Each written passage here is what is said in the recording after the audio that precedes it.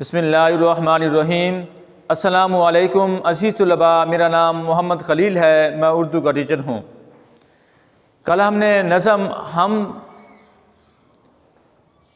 سب سے پہلے ہم نے ریڈنگ کی تھی، اس کے ساتھ مشکل الفاظ کے معنی، اور اس کے بعد خلاصہ نظم، اور اس کے لاسٹ میں شعر نمبر 1، 2 اور 3 کی تشریح کی تھی۔ آج نظم کا نام ہے ہم، شاعر کا نام ہے حفیظ الرحمن غازی۔ ہم اس کے آج شعر نمبر 4، 5، 6 اور 7 کی تشریح کریں گے، تو یہ ہماری نظم ہم مکمل ہو جائے گی۔ تو پیارے بچوں، آپ دیکھیں گے شعر نمبر 4۔ سجائے ہیں کس نے فلک پر ستارے، لبھاتے ہیں شب میں جو دل کو ہمارے خدا نے۔ فلک کا مطلب ہوتا ہے آسمان، لبھاتے ہیں دل کو اچھے لگتے ہیں، شب اس کا مطلب ہوتا ہے رات۔ شاعر اس بند میں کہتا ہے کہ آسمان پر ستارے کس نے سجائے ہیں، رات کی تاریکی میں سیاہ آسمان کی بلندی پر چمکتے ہوئے روشن ستارے اللہ کی حمد و ثنا کا اظہار کرتے ہیں۔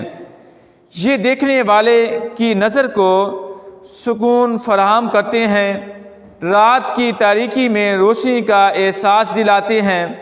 اندھیری رات میں چمکتے تارے یوں لگتے ہیں جیسے ہمارے دل کو بہلا رہے ہوں۔ ہمارے خدا نے رات کی تاریکی کو یہ خوبصورتی عطا کی ہے۔ تو پیارے بچوں، اس شعر میں شاعر رات کی تاریکی کے بارے میں بتاتے ہوئے کہتا ہے کہ جب رات اپنی سیاہی کو پھیلا دیتی ہے تو آسمان پر سورج طلوع ہوتا ہے جو اس کائناتی عالم کو روشن کرتا ہے۔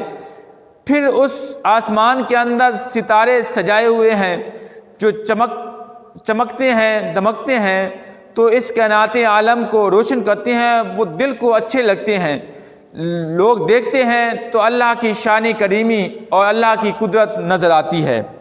بند نمبر 5 ہے بنائے ہیں کس نے یہ موسم سہانے، کوئل کے نغمے یہ پی کے ترانے۔ تو سہانے کے مطلب ہے پیارا، کوئل خوش الحان پرندہ، ترانے خوشی کے گیت۔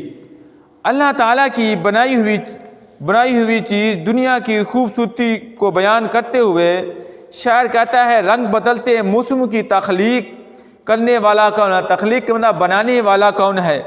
وہ اللہ پاک ہے جو موسموں کی تبدیلی کے حسن سے نوازتا ہے۔ سردی کے بعد بہار، بہار کے بعد گرمی، گرمی کے بعد خزاں، اور پھر برسات کرتے ہیں۔ کوئل کی نغموں اور پی کی آواز میں صرف اللہ تعالیٰ کی حمد کے ترانے ہیں۔ تو شاعر بھی اس شعر میں اللہ تعالیٰ کی حمد و ثنا بیان کرتے ہوئے کہتا ہے کہ موسموں کا تغیر تبدل، کبھی سردی آتی ہے، پھر اس کے بعد گرمی آتی ہے، موسم خزاں ہے، موسم بہار ہے، پھر جب سردی آتی ہے تو اس میں پھلوں اور سبزیاں اور ہوتی ہیں، جب گرمی آتی ہے تو اس میں پھل اور سبزیاں اور ہوتی ہیں۔ تو یہ اللہ تعالیٰ اپنی شان کریمی دکھاتا ہے اور اپنی قدرت دکھاتا ہے۔ بات اچھی ہے ہمیں بھوک کے وقت کس نے کھلایا، ہراس اور خطروں سے کس نے بچایا، ہمارے خدا نے۔ خطروں کا مطلب ہوتا ہے خوف، ہراس کا مطلب ہوتا ہے ڈر۔ تو شاعر بیان کرتا ہے کہ جب ہمیں کھانے کی ضرورت محسوس ہوتی ہے تو اللہ پاک ہے جو ہمیں رزق سے نوازتا ہے، وہ ساری کائنات کا خالق اور مالک رازق ہے۔ آسمانوں کی بلندیوں میں پرواز کرنے والے پرندے ہوں، غاروں کی تہ میں رہنے والے کیڑے ہوں، یا سمندروں کی گہرائی میں پلنے والے جاندار، پاک پروردگار سب کا رازق ہے۔ وہ سب کو رزق عطا کرتا ہے، سب کی بھوک وہی مٹاتا ہے۔ انسان ہو یا حیوان، جانور ہوں یا پرندے، وہ سب کا محافظ نگہبان ہے۔ محافظ کے مطلب ہوتا ہے حفاظت کرنے والا۔ اللہ پاک نے سب کو زندگی عطا کی ہے۔ تو پیارے بچوں، اس بند میں اللہ رب العزت رزق کے بارے میں بتاتا ہے کہ جب کسی کو بھوک لگتی ہے تو کھلانے والا میں ہوں، وہ اللہ ہے، وہ وحدہ لا شریک ہے۔ چاہے وہ پرندے ہوں، چاہے وہ انسان ہوں، حیوان ہوں، جانور ہوں، تو کہتا ہے سب کا پالنے والا وہ رب کریم ہے، وہ رب رحیم ہے۔ اس کے بعد نمبر 7 ہے، ہمیں سیدھے رستے پہ کس نے چلایا، برائی کے رستوں سے کس نے بچایا، ہمارے خدا نے بری بات۔